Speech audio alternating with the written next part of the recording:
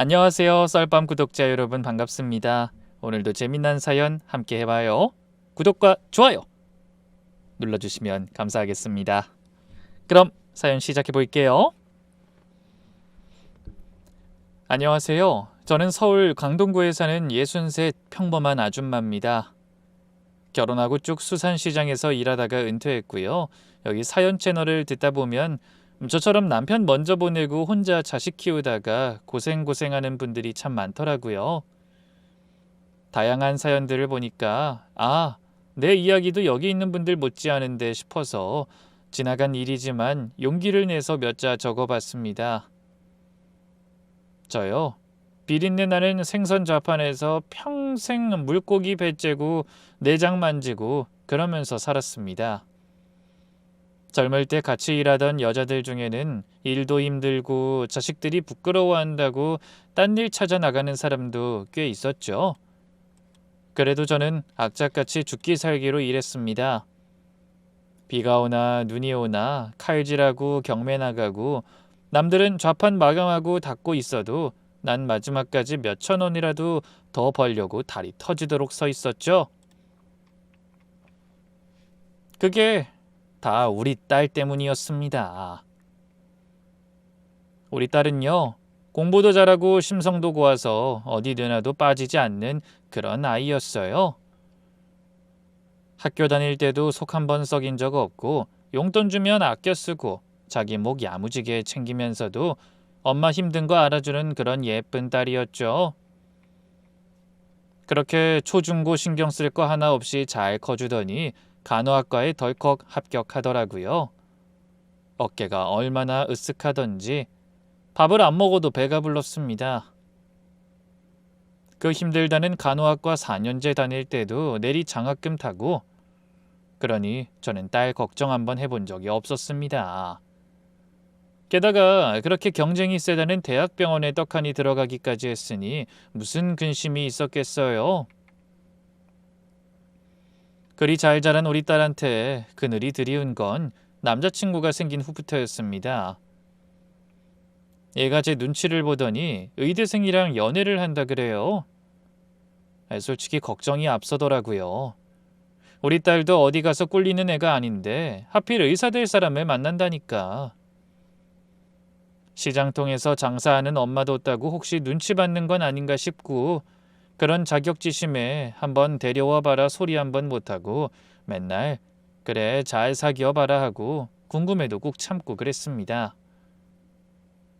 내버려두니 그놈하고는 몇 번 헤어졌다가 붙었다가 하길래 결혼까진 안 할 건가 보다 했는데 30살이 되더니 딱 둘이 결혼하겠다고 하더라고요. 우리 딸은 30, 남자친구는 34, 나이도 알맞긴 했습니다.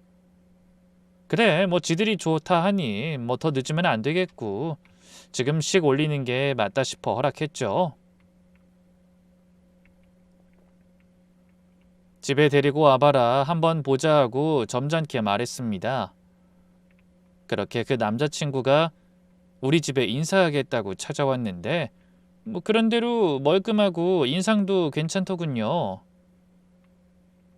물론 그때도 사위가 아주 살가운 편은 아니었습니다. 장모님 처음 뵙겠습니다. 김민석이라고 합니다. 하고는 입을 꼭 다물대요.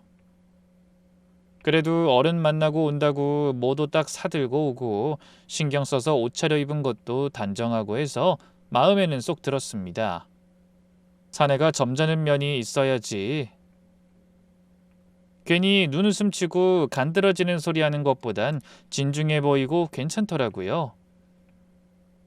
예비 장모가 생선 장사한다고 무시하면 어쩌나 걱정했는데 그런 기색도 없었고요.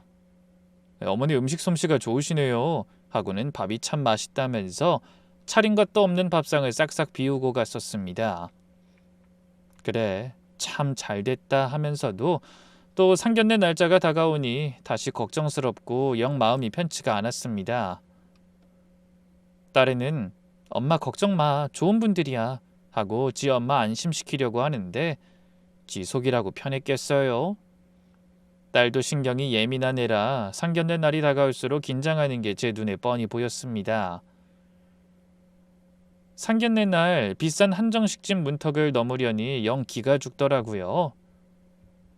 안으로 들어가서는 또 어떻고요. 우아하게 차려입은 사부인하고 점잖은 사돈어른을 마주하니까 숨이 턱 막혔습니다. 괜히 어디 생선 비린내가 날까 싶어서 식탁 밑으로 손을 감추게 되더군요. 상다리가 부러지게 음식이 나왔는데도 한술도 제대로 못 뜨고 식전에 주는 죽이나 조금 먹고 말았습니다. 식사가 끝나고 차가 나왔을 때였습니다. 사부인이 찻잔을 내려놓으며 슬그머니 운을 떼더군요. 따님 참 반듯하게 잘 키우셨네요. 저희도 지연이가 참 마음에 듭니다. 거기까지는 좋았는데 다음 말에 가슴이 철렁했습니다. 근데 사부인, 이 결혼이 좀 기우는 건 사실이잖아요? 우리 민석이 의사 만들려고 저희가 공을 참 많이 들였거든요. 좋은 집을 얻어도 세간살이가 보잘것없으면 영 그래서 신경 좀 써주시면 감사하겠습니다. 결국 혼수나 제대로 해올 수 있겠냐 그런 얘기 아닙니까? 제가 표정이 굳으니까 바깥사돈이 냉큼 정색하면서 아니 이 사람 초면에 실례되게 사부인께 무슨 소리야 하며 말리더군요. 저는 자존심 다 버리고 고개를 숙였습니다. 예, 그럼요. 부족한 우리 딸 받아주시는데 제가 이에 시집 보낼 만큼은 충분히 모아뒀습니다. 염려 마세요. 하고요. 사실 시가에서 애들한테 마련해준다는 집값을 들으니 손이 덜덜 떨렸지만 어쩌겠어요. 우리 딸 기 죽으면 어쩌나 싶어 무리해서라도 잘 해줘야겠다고 평생 미운 말 안 듣도록 시작을 잘 해야겠다 했죠. 그래서 애들 결혼할 때 제가 참말로 무리했습니다. 혼수도 최고급, 최신형에다가 사돈댁에 밍크코트하며 예물 예단까지 아주 거창하게 해갔죠. 예식장에서 활짝 웃는 딸아이를 보니 하나도 아깝지 않았습니다. 내 노후야 어찌됐든 우리 딸만 기펴고 산다면 그걸로 됐다고 생각했죠. 그런데도 의사사위 얻으면 금방 형편이 좋아지는 줄 알았는데 현실은 그게 아니더군요. 페이닥터 생활을 하던 사위가 어느 날부터인가 딸아이를 들들 볶기 시작하는 눈치였습니다. 모처럼 친정에 온 딸아이가 밥도 깨작거리고 제 눈치만 살피며 안절부절 못하길래 무슨 일이냐고 다그쳤더니 그제야 기어들어가는 목소리로 입을 열더군요. 엄마, 민석 씨가 개원을 하고 싶어 하는데 자금이 좀 부족하대. 그게 무슨 소리냐? 사돈댁 넉넉하잖아. 병원 차려줄 돈은 그쪽에 말해야지 왜 나를 찾아? 그게 미국 가 있는 시누이 유학비가 밑빠진 독처럼 들어간다나 봐. 시부모님도 지금은 융통할 현금이 하나도 없으시대. 당장 좋은 자리가 나서 개원은 해야 하는데 대출도 한도가 있고. 솔직히 속으로 욕이 목구멍까지 올라왔어요. 아니 땡전 한 푼 없으면 남의 병원에서 월급 받으며 돈을 더 모았어야죠. 사지 멀쩡한 놈이 생선 파는 장모 주머니를 넘본다는 게 말이 됩니까? 참 철딱서니 없고 대책 없는 놈이다. 의사 가운만 입었지 애구나 싶어 우라통이 터졌습니다. 하지만 제 딸년이 죽는 소리를 해대니 어쩝니까? 엄마, 민석 씨가 이번에 개업만 하면 금방 갚는데 자리만 잡으면 엄마 호강시켜준대 하며 발을 동동 구르는데 자식이기는 부모 없다고 마음이 약해지더군요. 그래, 뭐 의사사위 둔 죄다. 없는 살림에 사위 병원 원장님 한번 만들어보자. 그런 생각에 살던 집 담보대출까지 받아 사위 손에 쥐어주고 말았습니다. 근데 참 이상하죠? 이 엄마의 촉이라는 게 무섭더군요. 거창하게 개원했다고 사진도 막 보내고 하더니 또 죽는 소리를 해요. 강남에서 번듯한 피부과를 열어놓고도 우리 딸 얼굴은 피기는커녕 점점 더 시들더라고요. 그러다 어느 날 딸애가 새벽에 전화를 해오더라고요. 엄마, 진짜 미안한데 혹시 융통할 돈 좀 있어? 돈? 갑자기 무슨 돈? 그게 이번 달 병원 임대료가 밀려서 건물 주인이 당장 안 내면 병원 문 닫게 하겠대. 보증금 까먹는 것도 한계라서. 그리고 병원 기계 들인 것도 돈을 다달이 내야 하는데 그 문제도 있고. 이래저래 꽉 막혀서 이제 나올 데가 없어요. 엄마, 마지막으로 3천만 원만 좀 해줄 수 없을까? 순간 눈앞이 캄캄해지더군요. 3천만 원이라뇨. 공부머리랑 사는 머리는 다르다더니 똑똑한 척은 혼자 다 하더니 실속이 없어도 정도가 있는 거 아닙니까? 이번에도 딸아이는 거의 숨이 넘어갈 듯 울면서 매달렸습니다. 엄마, 내가 잘못했어. 근데 지금 민석 씨 무너지면 나도 큰일 나잖아. 저 병원 문 닫으면 엄마가 해준 3억도 다 날아가는 거야. 제발 도와주세요, 엄마. 이번 한 번만요. 네? 결국 저는 시장 상인의 갯돈을 빼고 보험까지 해지해서 어찌저찌 3천만 원을 해줬습니다. 남들 보기엔 강남 피부과 원장 사위든 만화님이지만 제 속은 매일매일 문드러지더라고요. 그러던 어느 날이었습니다. 친구 딸이 강남에서 결혼을 한다며 청첩장을 주더라고요. 요즘 젊은 사람들은 금요일 저녁에도 결혼식을 한다길래 신기해서 청첩장을 한참 보는데요. 약도를 가만히 보니 우리 사위병원이랑 엎어지면 코 닿을 때지 뭡니까? 지하철역으로 딱 한 정거장 차이더라고요. 순간 갈등이 생기더군요. 꼴도 보기 싫다가도 짠하기도 하고 미운하고 오나 내 사위인데 병원 사정이 어려워서 밥이나 제대로 챙겨 먹나 싶었죠. 그래서 그날 강남까지 나가는 김에 두어 시간 일찍 나섰습니다. 병원은 사진으로만 보고 처음 가봤는데 가는 발걸음이 천근만근 무거웠죠. 환자 하나 없이 썰렁할 테고 사위놈은 책상머리에 앉아 한숨이나 푹푹 쉬고 있을 게 분명했고요. 근데 막상 건물 앞에 도착하니 제가 생각했던 거랑은 딴판이 돼요. 무슨 메디컬 타워라는 으리으리한 빌딩에 입구부터 사람들이 바글바글한 겁니다. 엘리베이터를 타려고 줄을 서 있는데 말쑥하게 차려입은 젊은 사람들이 쉴 새 없이 오르락내리락 하고요. 그래, 입지가 참 좋아 보이는데 수입이 적어도 어떻게든 여기서 버텨야 병원이 잘 되겠구나. 그래서 그렇게 매달렸구나 하고 이해했습니다. 그렇게 사위 병원이 있는 5층에 내려 유리문을 밀고 들어가는데 글쎄 손님이 엄청 많더라고요. 임대료가 밀려서 쫓겨날 판이라더니 여기가 정말 그 병원 맞나?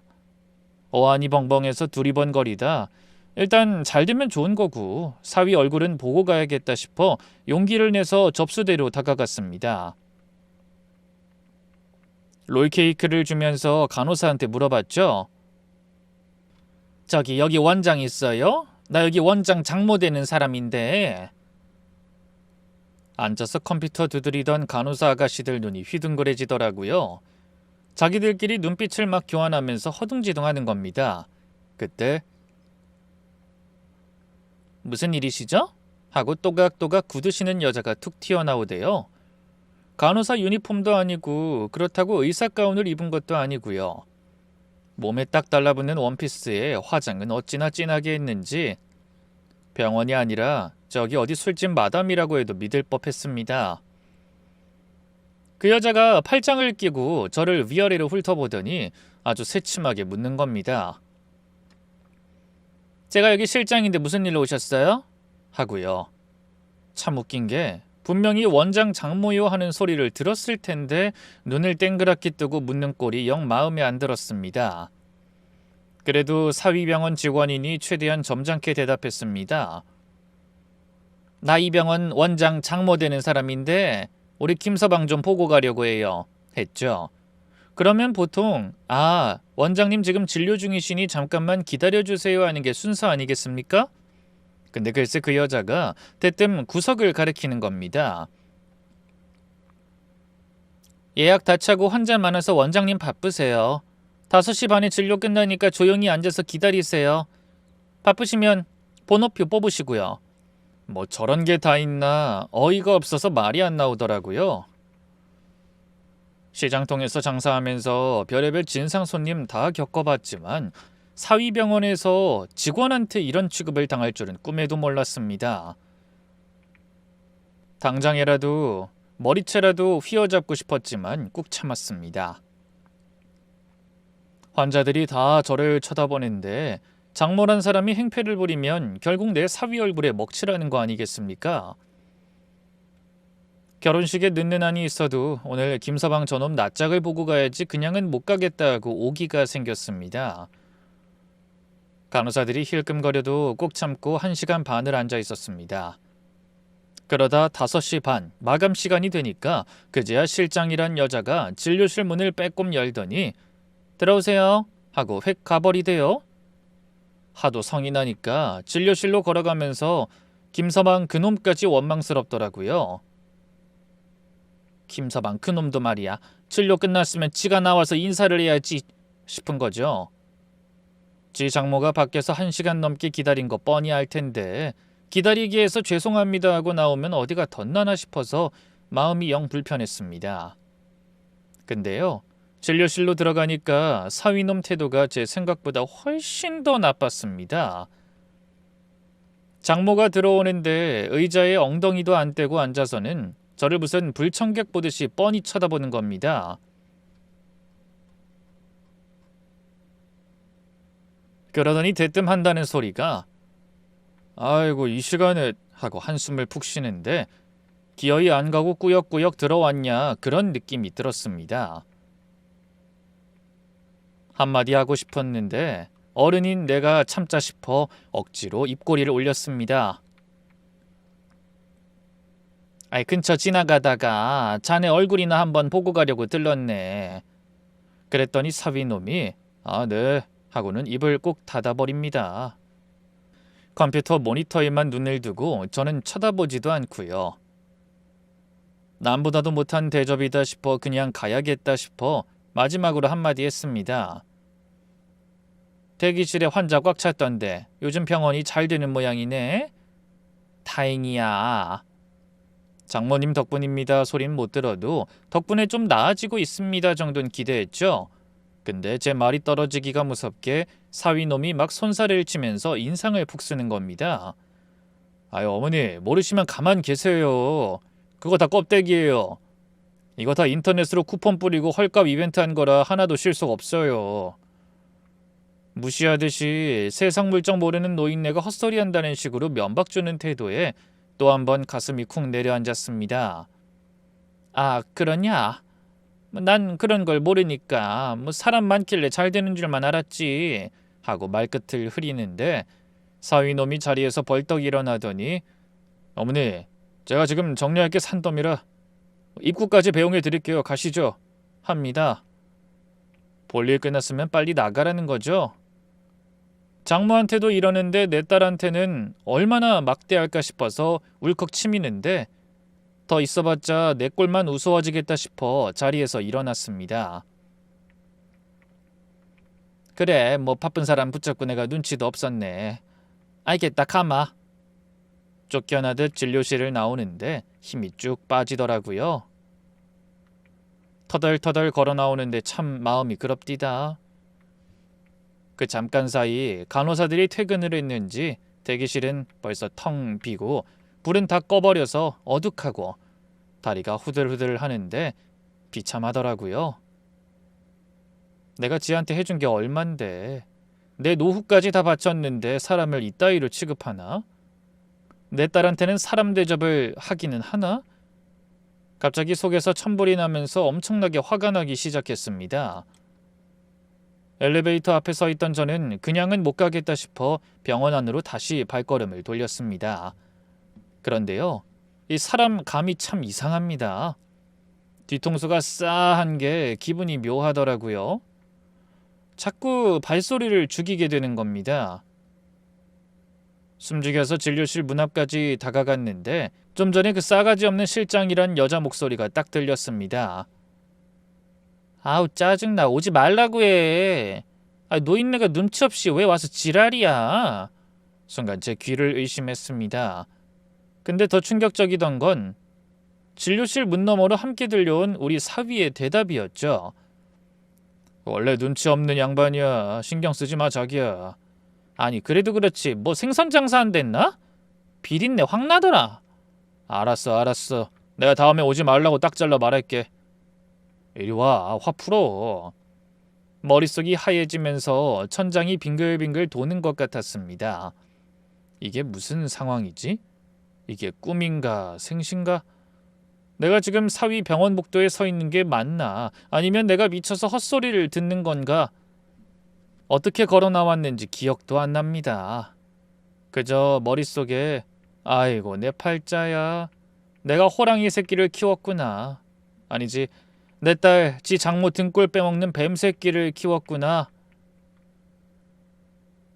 하는 생각만 핑핑 맴돌더군요. 현기증이 탁 일어서 벽으로 손을 뻗었는데 누가 제 팔을 덥석 부축해 주더군요. 어머님 괜찮으세요?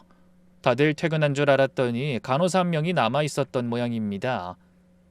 앳되고 착한 얼굴의 아가씨가 제 몸을 받쳐주더라고요. 아이고 고마워요. 내가 좀 어지러워서. 세상에 식은땀 너무 많이 흘리세요. 제가 밑에까지 데려다 드릴게요. 제 팔 잡으세요. 그 아가씨가 고맙게도 절 부축해서 1층까지 데려다 줬습니다.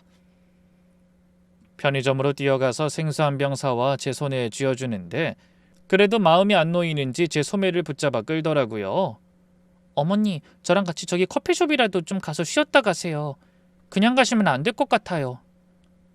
너무 지치고 거절할 힘도 없어 그 아가씨 손에 이끌려 커피숍 구석자리에 앉았습니다. 시원한 물 한 모금 마시고 나니 그제야 정신이 좀 돌아오더라고요. 근데 정신이 드니까 이 착한 아가씨한테 너무 미안한 겁니다. 퇴근 시간도 지났는데 생판 남인 할머니 때문에 발 묶여 있으니까요. 아가씨 정말 고마워요.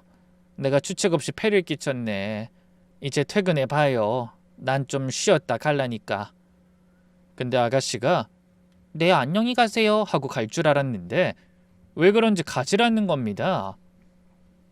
가방끈만 만지작거리며 자리를 뜨지 못하고 머뭇거리고 있더라고요. 제 얼굴을 슬쩍 봤다가 땅 한번 봤다 한숨만 푹푹 쉬다가 뭔가 할 말이 있는데 입이 안 떨어지는 사람처럼요. 저기 어머님. 순간 제 가슴이 다시 쿵쾅거리기 시작했습니다. 이 아가씨 분명히 뭔가 알고 있는 눈치였습니다. 저는 떨리는 목소리로 물었죠. 아가씨 뭐 아는 거 있어요? 대체 무슨 말을 하려고 저렇게 뜸을 들이나 싶어 입만 쳐다보고 있는데 간호사 아가씨가 침을 꼴깍 삼키더니 아주 작게 속닥이더라고요. 그게 사실 저 이런 말씀 드리면 저 잘릴지도 모르는데요. 원장님이랑 실장님 연애하세요. 병원 안에 작게 살림도 차리시고요. 뭐라고요? 이게 무슨 귀신 신나락 까먹는 소린지 제 귀를 의심했습니다. 병원에 살림을 차려요? 지금까지 우리 딸이 마음고생한 거, 내가 빚내서 돈 해다 바친 거, 그 고생들이 주마등처럼 스쳐 지나가면서 울컥하고 눈물이 솟구치더군요. 아이고 그 미친놈, 그 나쁜 놈. 아가씨 있는데 부끄러운 줄도 모르고 사람들 보든 말든 눈물이 줄줄 났습니다. 그 나쁜 놈의 자식이 지 와이프는 밤낮으로 병원 살려보려고 그렇게 애를 쓰는데 지 남편 잘 되라고 내 돈까지 다 끌어다 쓰고 사정 어렵대서 돈을 그렇게 해줬는데 어찌 이리 사람 뒤통수를 치고. 그런데 제가 막 두서없이 쏟는 말을 듣던 간호사 아가씨 표정이 점점 이상합디다. 아주 황당하다는 표정으로 제 팔을 딱 잡더라고요. 저 어머님 잠깐만요. 무슨 말씀이세요? 임대료요? 그래 병원이 어려워서 임대료도 밀리고 빚더미에 앉았다고 세상에, 어머니, 원장님 믿지 마세요. 병원 어렵다는 거 거짓말이에요. 얼마나 잘 되는데요. 그게 무슨 소리요? 빚더미에 앉았다고 그래서 내 노후 자금까지 다 가져갔는데? 아니에요. 억대예요. 현금으로만 1억 넘게 있고 원장님 스포츠카도 타시고 실장님한테 명품 선물도 턱턱 하세요. 쿵 머리를 쇠망치로 얻어맞은 것 같았습니다. 그냥 혀 깨물고 딱 죽고 싶더라고요. 아유 아가씨, 나는 미치겠어. 어찌 해야 할지 모르겠네. 우리 딸 어떡하나? 불쌍해서. 저거 불쌍해서 어떡하나? 가슴을 치고 눈물 콧물 범벅이 된 저를 한참 보더니 그 간호사가 제 손을 꽉 잡아줬습니다. 어머님, 제가 도울 수 있는 일은 도울게요. 울지 마시고 일단 따님께 먼저 가보시는 게 좋을 것 같아요. 사모님이 제일 먼저 아셔야죠. 그 말이 맞았습니다. 여기서 울고 있을 때가 아니었죠. 저는 옷소매로 눈물을 훔치며 고개를 끄덕였습니다. 그래, 그럴게요. 내가 정신을 차려야지. 아이고, 내가 경황이 없어서 이름도 못 물어봤네. 그 고마운 아가씨 이름이 뭐예요?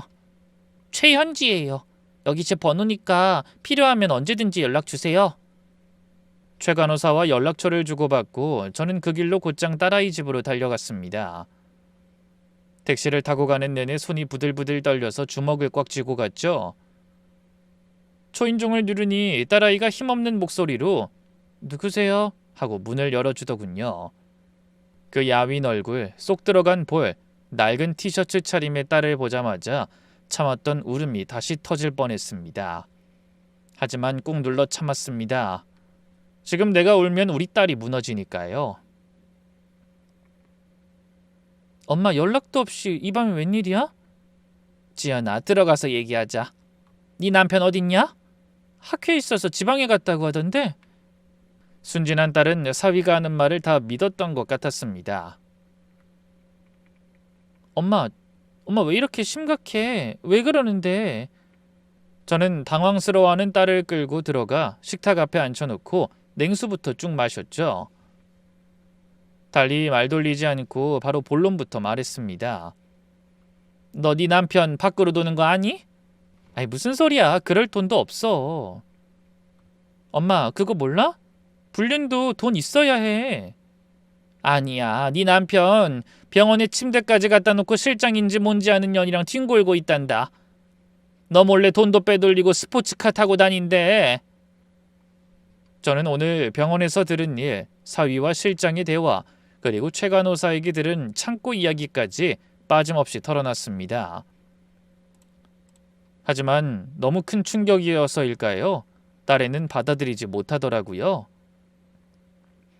엄마, 지금 무슨 소리 하는 거야? 민석 씨가 바람을 피운다고? 그래, 내가 그 간호사한테 직접 들었다니까. 창고인지 어딘가에서 아주 침대까지 들여놓고 지낸단다. 말도 안 돼. 왜 말도 안 돼? 내 눈으로 보고 오는 길이다. 실장인지 뭔지 아는 여자하고 자기야 하는 걸 내가 두 눈으로 똑똑히 봤어. 엄마, 제발 그만해.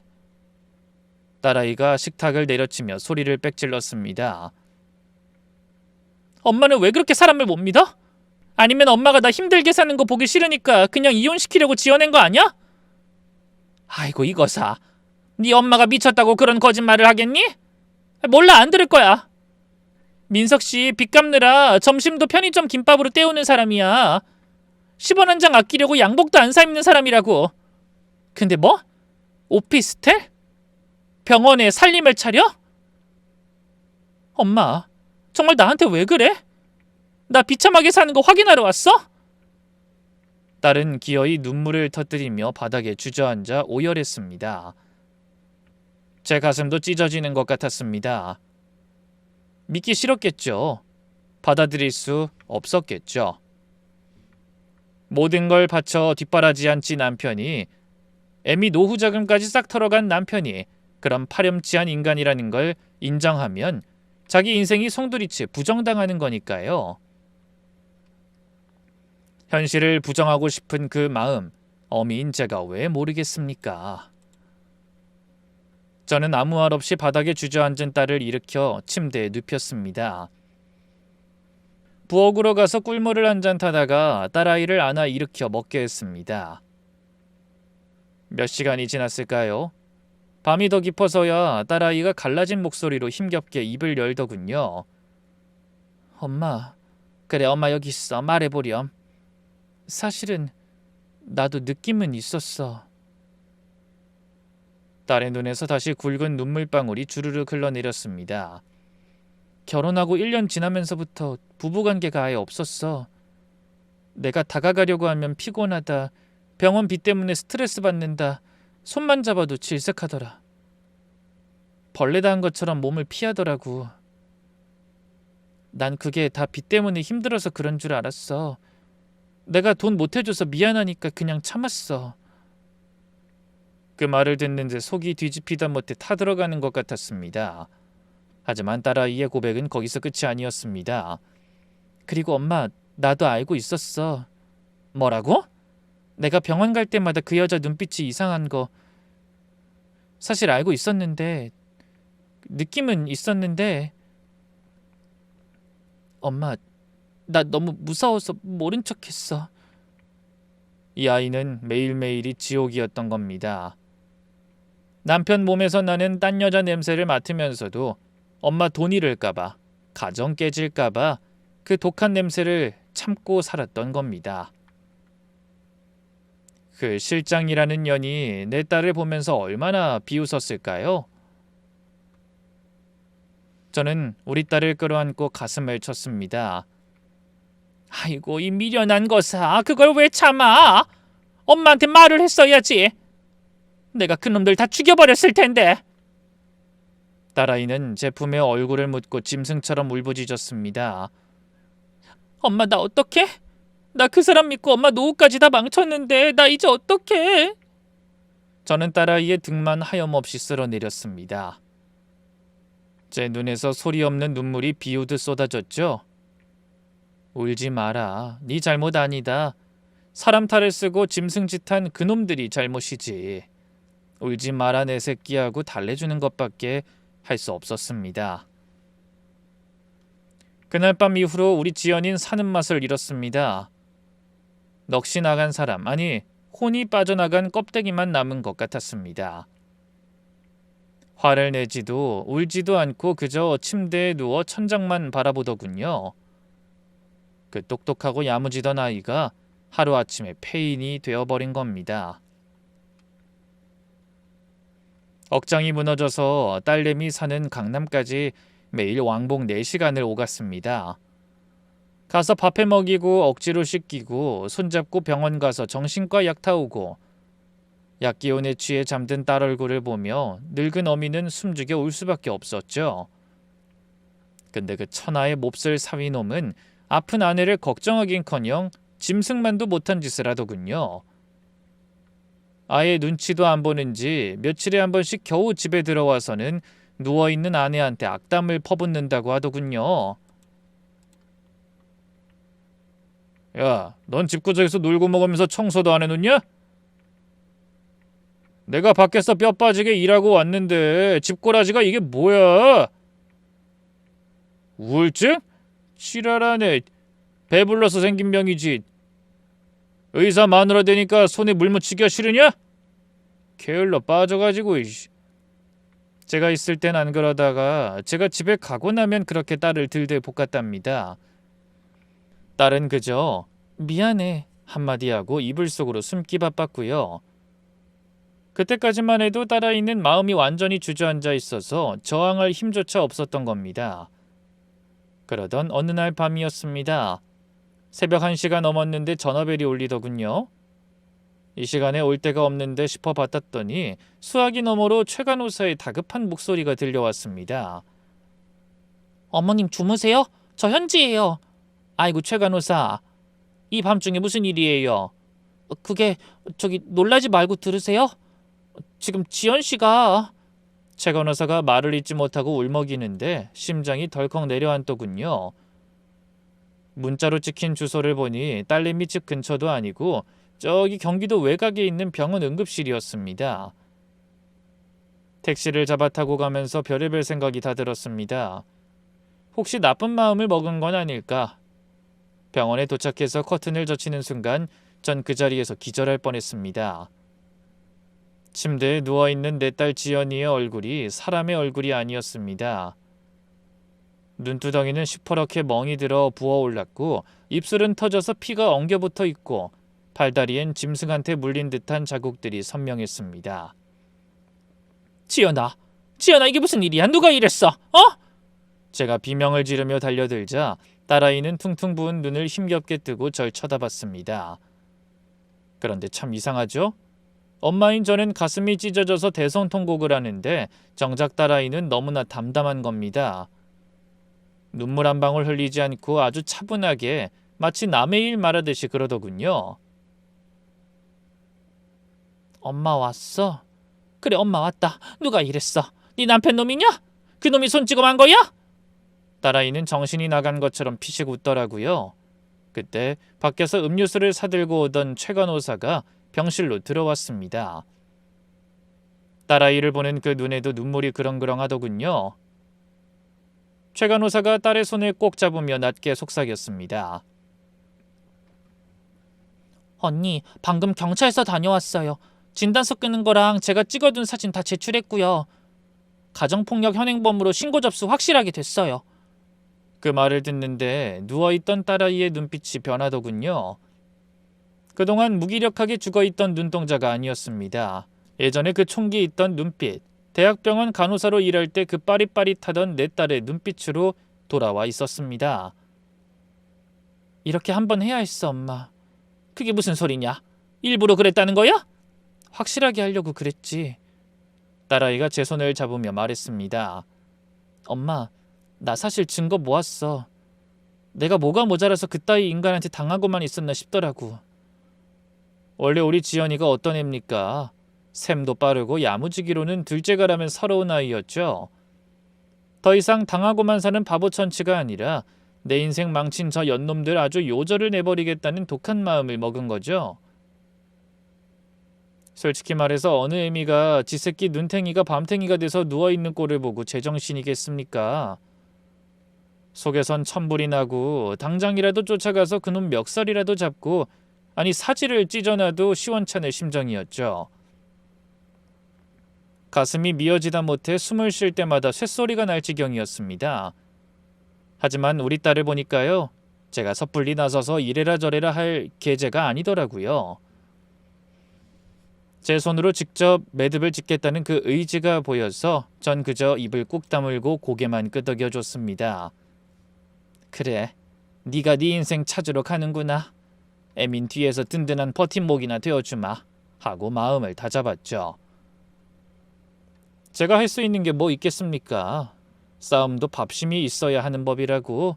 새벽부터 시장 나가 제일 좋은 생물족이며 쇠고기 사다가 삼시세끼 더운 밥 지어 먹이는 거 그거 하나뿐이었습니다. 장롱 깊숙이 꼽을 쳐둔 마지막 비상금 탈탈 털어 동네에서 제일 용하다는 한의원 가서 녹용든 한약도 한 재 지어왔고요. 그렇게 밥심 약심으로 버티면서 딸아이랑 최 간호사가 손발을 맞춰 움직이기 시작하는데 어찌나 척척 잘 맞는지 보는 제가 다 혀를 내둘렀습니다. 마치 오래된 짝꿍처럼 쿵짝이 기가 막히게 맞더라고요. 딸내미는 병원에서 퇴원하자마자 그 아픈 몸을 이끌고 증거란 증거는 다 모으러 다니기 시작했습니다. 동사무소며 구청이며 은행이며 쩔뚝거리는 다리로 온 사방을 쏘다니는데 그 모습이 어찌나 독하고 매서워 보이던지 제 딸이지만 무서울 정도였습니다. 딱 일주일쯤 지나니까 딸아이가 식탁 위에 두툼한 서류 봉투 하나를 툭 내려놓으며 그럽디다. 엄마, 나 준비 다 됐어. 증거도 다 모았고 변호사 자문도 끝났어. 이제 터뜨리기만 하면 돼. 그러더니 제 손을 꼭 잡으면서 말합디다. 그날 엄마도 같이 가서 도와줘요. 나 혼자선 혹시라도 무너질까봐 겁나. 오냐, 그럼 당연하지. 이 애미가 네 뒤에 딱 버티고 서 있을 텐데 뭐가 걱정이냐. 아무 걱정 말고 너 하고 싶은 대로 다 해라. 최 간호사 말로는 매주 목요일 점심시간이 기회라고 합니다. 다른 직원들이 다 식사하러 나가면 원장이랑 실장 그 두 연놈만 남아서 그놈의 창고 안에서 배달 음식을 시켜 먹으며 밀회를 즐긴다는 겁니다. 아주 병원을 지 안방처럼 쓰는 거죠. 드디어 결전의 목요일이 밝았습니다. 딸아이랑 저는 점심시간이 시작되길 기다리며 병원 근처 카페에 앉아 시계를 보고 또 봤습니다. 심장이 어찌나 쿵쾅거리는지 커피가 넘어가는지 침이 넘어가는지 모르겠더라고요. 낮 1시 30분 핸드폰이 징 하고 울리더군요. 최 간호사에게서 온 문자였습니다. 지금 오시면 돼요. 점심시간이라 직원들 다 나갔고 방금 두 사람 창고로 들어갔어요. 문자를 확인하자마자 딸아이가 자리에서 벌떡 일어났습니다. 가자 엄마. 곧장 병원 건물로 들어가 엘리베이터에 올랐습니다. 충수가 하나씩 올라가는데 딸아이가 제 손을 꽉 잡더군요. 그 겨날픈 손바닥에 식은땀이 흥건해서 축축할 정도였습니다. 아무리 독하게 마음을 먹었다지만 막상 남편의 불륜 현장을 덮치러 가는 길이니 오죽 떨리겠습니까? 딸아이가 파리해진 입술로 저를 쳐다보며 묻더군요. 엄마, 나 잘할 수 있겠지? 가서 바보같이 울면 안 되는데.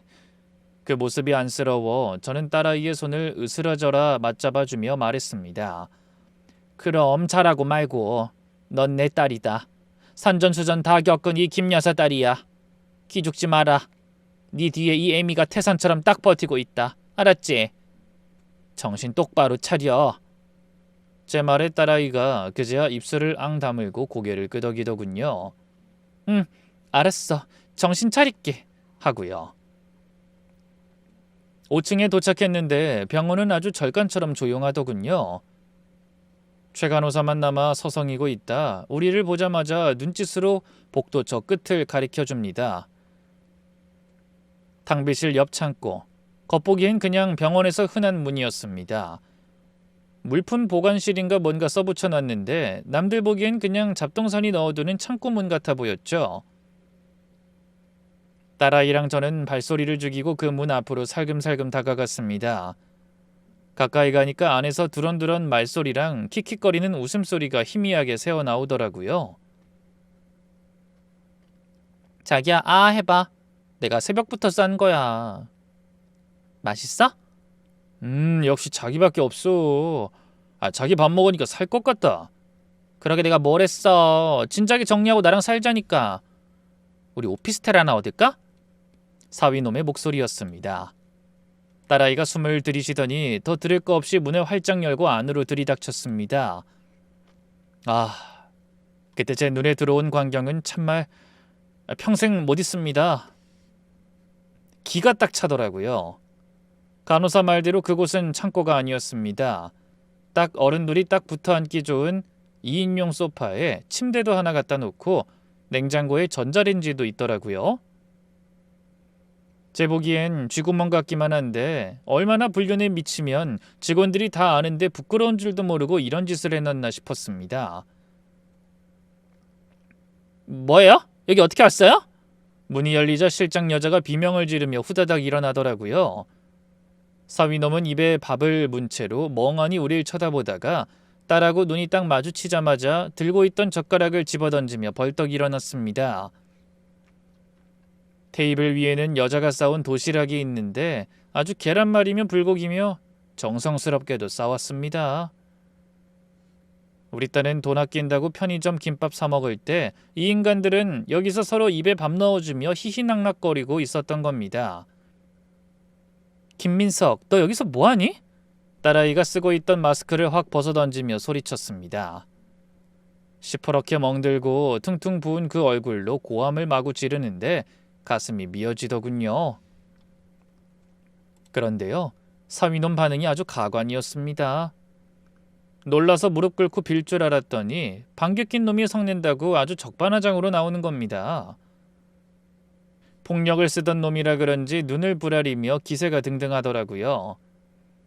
야, 너 여기가 어디라고 함부로 들어와? 여기 직원 왜 출입 금지야? 너 미쳤어? 미친 건 너지. 창고라며. 직원 휴게실이라며. 근데 둘이서 문 잠그고 여기서 뭐 하는 짓이야? 이게 휴게실이야? 니놈들 사랑방이지? 뭐 하긴 뭐해. 밥 먹잖아, 밥. 내가 내 병원에서 직원이랑 밥도 못 먹냐? 어? 사위놈은 오히려 삿대질까지 해대며 딸을 몰아붙입디다. 내가 하루 종일 진료하느라 얼마나 피곤한 줄 알아? 너랑 살면서 숨 막혀 죽겠는데 여기서라도 좀 쉬자는데 그게 죽을 죄야? 어? 밥 한 끼 맘 편히 먹겠다는데 그게 잘못이냐고. 쉬어? 이게 쉬는 거야? 그래. 넌 맨날 우울한 표정으로 사람 기운 빠지게 하잖아. 넌 해준 게 뭐 있어? 병원 장사가 잘 됐어 봐. 내가 이 좁은 창고에서 밥 먹고 있겠냐고. 자기 잘못을 아내 탓, 병원 탓으로 돌리며 합리화하는 꼬라지를 보니 피가 거꾸로 솟았습니다. 제가 이 천하의 썩을 놈아! 하고 달려들려는데 뒤에서 최 간호사가 와서 어머니 참으세요! 하고 제 팔을 꽉 잡으며 말리더라고요. 그때였습니다. 우리 딸이 품에서 서류 봉투 하나를 꺼내 테이블 위에 툭 던졌습니다. 자, 봐. 증거 싹 모아왔으니까. 이거 보고도 할 말 있으면 해봐. 사위놈의 시선이 서류 봉투에 꽂히더니 내용을 확인하는 순간 한순간에 얼굴이 흑빛으로 변하더군요. 방금처럼 쩌렁쩌렁 울리던 목소리가 쏙 들어갔습니다. 손을 덜덜 떨며 서류를 넘기던 사위놈이 갑자기 눈을 치켜뜨며 고래고래 악을 씁니다. 미친! 야, 너 언제 이런 거 다 모았어? 내 앞에서 말 한마디 못하고 죽은 듯이 기죽어 있더니 뒤로는 이딴 자료 모으느라 가식 던 거야? 어? 가식은 네가 떨었지. 그러니까 네가 날 호구로 보지 말았어야지. 넌 이제 끝났어. 그리고 너 나 때린 거 진단서 끊어서 경찰에 가정폭력으로 신고도 했어. 이제 변명해도 소용없어. 딸아이는 울먹이면서도 할 말은 다 했습니다. 그동안 맞고 살면서 억눌려왔던 서름이 터져 나오면서도 그놈 앞에서 절대 지지 않으려는 그 모습이 어찌나 안쓰럽고 대견하던지요. 속으로는 오만 가지 생각이 다 들었을 텐데 딱 버티고 서 있는 그 뒷모습이 제법 단단해 보였습니다. 그때였습니다. 구석에 서서 눈알만 대굴대굴 굴리던 실장년이 슬금슬금 기웃거리면서 바닥에 떨어진 서류를 주워보더니 코웃음을 치며 픽픽 웃으면서 끼어들더군요. 하참, 사모님, 이거 불법 수집 증거인 거 아시죠? 남의 뒷조사나 하고 다니시고 참 수준 알만하네요. 원장님이 왜 집에만 가면 정 떨어졌다는지 이제야 알겠네요. 뭐? 인연이 어디서 주둥이를 놀려? 이번에야말로 전현 머리채를 다 뽑아놔야겠다. 내가 평생 시장 바닥에서 생선 대가리 치던 그 매운 손맛을 제대로 보여줘야겠다 싶어서 막 뛰어들려는 순간이었습니다. 딸아이가 서류를 하나 더 꺼내더니 실장 얼굴에 휙 던져버렸습니다. 자, 그쪽한테도 줄 거 있어요. 이거 봐요. 당신이 그렇게 끔찍하게 생각하는 이 남자가 딴 데서 무슨 짓 하고 다니는지 똑똑히 보라고. 그 실장이란 여자 종이를 받아들고 읽어보더니 단박에 눈이 뒤집히덥디다. 나중에 알고 보니 사위놈이 또 다른 여자가 있었던 모양입니다. 딴 여자한테 집적되던 문자 내역이랑 지 알고준 친구랑 주고받은 카톡 내용을 싹 뽑아온 거죠.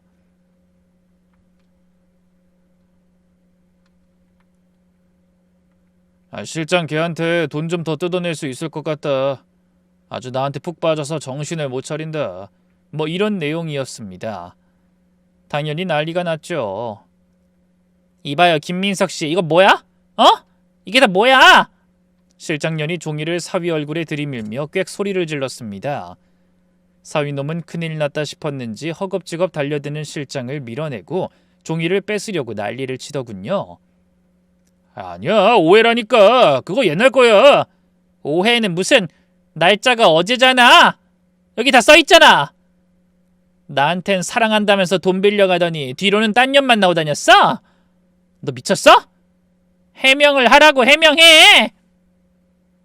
실장년이 사위 멱살을 잡고 흔들어대니까 사위놈도 반쯤 정신이 나갔는지 그때부턴 입에 거품을 물고 마구 막말을 내뱉기 시작했습니다.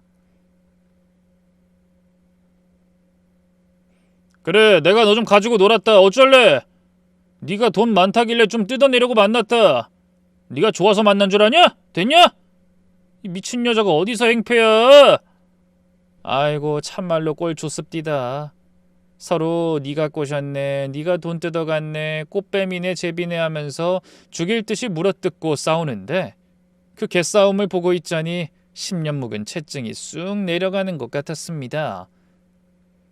게다가 마침 점심시간이 다 끝나 식사하러 나갔던 간호사들이 우르르 들어오고 오후 진료 예약한 손님들까지 복도에 서 있었거든요. 활짝 열린 창고 문 너머로 그 난장판을 다들 봐버린 거죠. 어머, 저게 뭐야? 원장이랑 실장이 머리채 잡고 싸우네? 세상에, 저기 침대 아니야? 병원에 웬 침대? 사람들이 수근거리고 웅성거리는데 아주 개망신도 그런 개망신이 없었습니다. 얼굴 뻔뻔한 그 사위놈도 환자들이 쳐다보니까 그제야 얼굴을 감싸지고 죽은 멍 찾듯이 구석으로 숨어 문 닫아! 빨리 문 닫으라고! 하며 고래고래 고함을 지르더군요. 이만하면 됐다 싶어 저는 딸아이 어깨를 감싸 안으며 보란듯이 큰 소리로 말했습니다. 가자 지연아, 덮을 것도 없다. 저것들끼리 지지고 볶게 놔두고 우린 법대로 하자꾸나. 그렇게 우린 뒤도 안 돌아보고 그 더러운 병원을 나왔습니다. 발걸음이 어찌나 가볍던지 날아갈 것만 같았습니다. 그리고 그 후로 어떻게 됐냐고요? 아주 탈탈 털려서 먼지 한 톨 안 남게 됐습니다. 우리 딸이 제출한 이중장부 덕분에 국세청 세무조사가 들이닥쳤고 그동안 야금야금 빼돌린 현금 매출에 대한 세금 폭탄이 떨어졌습니다. 거기다가 그 창고빵 말입니다. 그게 불법 증축에 용도 변경 위반이라며 건물법에 딱 걸리는 모양이더라고요. 관할구청에서 나와 원상복구 명령 때리고 과태료 물리고 난리가 났는데 결정타는 건물주였습니다. 강남 한복판 번듯한 메디컬 타워 이미지를 망쳤다며 건물주가 아주 화가 나서 당장 방 빼라고 으름장을 놓은 겁니다. 결국 사위놈 피부과는 영업정지당하고 간판 내리고 쫓겨나다시피 문을 닫았습니다. 그 실장이라는 여자는요, 사위놈 병원 망하고 빈털털이 되자마자 병원에 있던 돈 될 만한 집기며 기계랑 사위 지갑까지 털어 싹 들고 날랐다고 합디다. 끼리끼리 만난다더니 아주 볼만하죠. 사위놈은 그제야 땅을 치고 후회하며 딸한테 전화해 지연아, 내가 잘못했다. 한 번만 용서해줘. 하고 매달렸지만 어림도 없었죠. 딸아이는 눈 하나 깜짝 안 하고 이혼 소송을 밀어붙였습니다. 판사님도 그놈 죄질이 아주 나쁘다고 혀를 차시더군요. 가정폭력에 부정행위에 경제적 위기까지 유책 사유가 전적으로 아주 빼도 박도 못하게 그놈한테 있으니 이혼은 일사천리로 진행됐습니다. 제가 해준 병원 개원 자금 3억, 그거 이자까지 쳐서 고스란히 돌려받았고요. 위자료에 재산 분할에 거기다 변호사 비용까지 싹 다 그놈한테 청구해서 받아냈습니다. 아주 속이 다 시원하더군요. 게다가 더 시원했던 건요, 그놈 병원은 망해도 그 잘난 의사지만 믿고 떵떵거릴 줄 알았나 본데 천만에요. 사돈댁에서도 아주 가차 없으디다. 집안 망신시킨 개차반이라고 아예 버린 자식 취급하고 연락도 안 한답니다. 호적에서 파버린다고 난리를 쳤다네요. 기댈 곳이 없으니까 밤마다 술 처먹고 엉엉 울면서 저한테 전화를 해대는데 장모님, 제가 죽을 죄를 지었습니다. 제발 지연이 좀 설득해 주세요. 하고 질질 짜는 소리. 제가 미쳤다고 받아주겠습니까?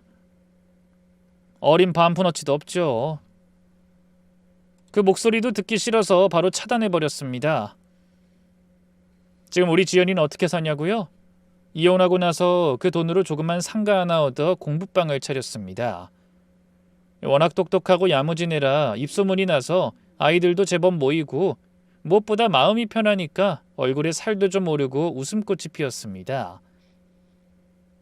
어제는 저한테 두툼한 용돈 봉투를 쥐어주면서 그러더군요.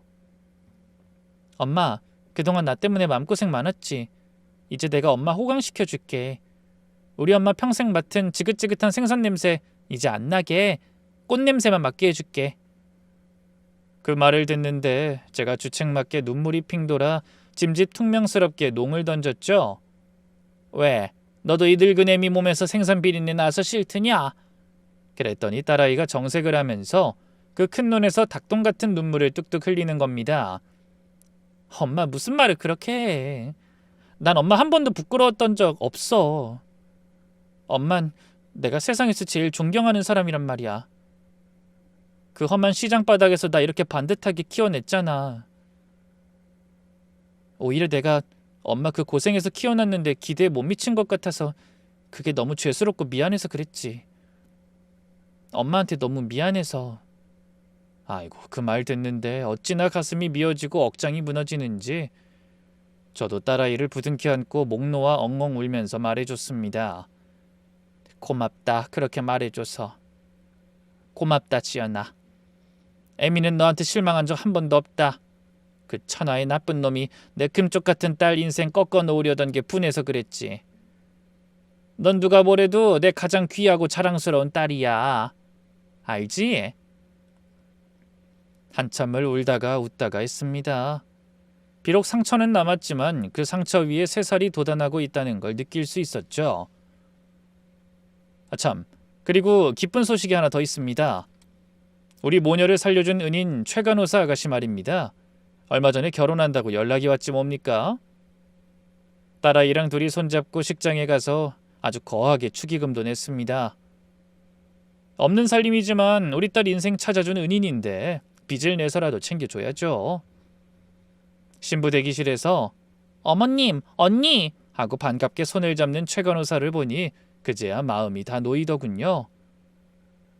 가끔 차 마셔요 하면서 활짝 웃는 그 아가씨가 없었다면 우리가 어떻게 그 지옥 구덩이에서 빠져나올 수 있었겠습니까? 이 사람 인연이라는 게 참 이렇게도 이어지는가 봅니다.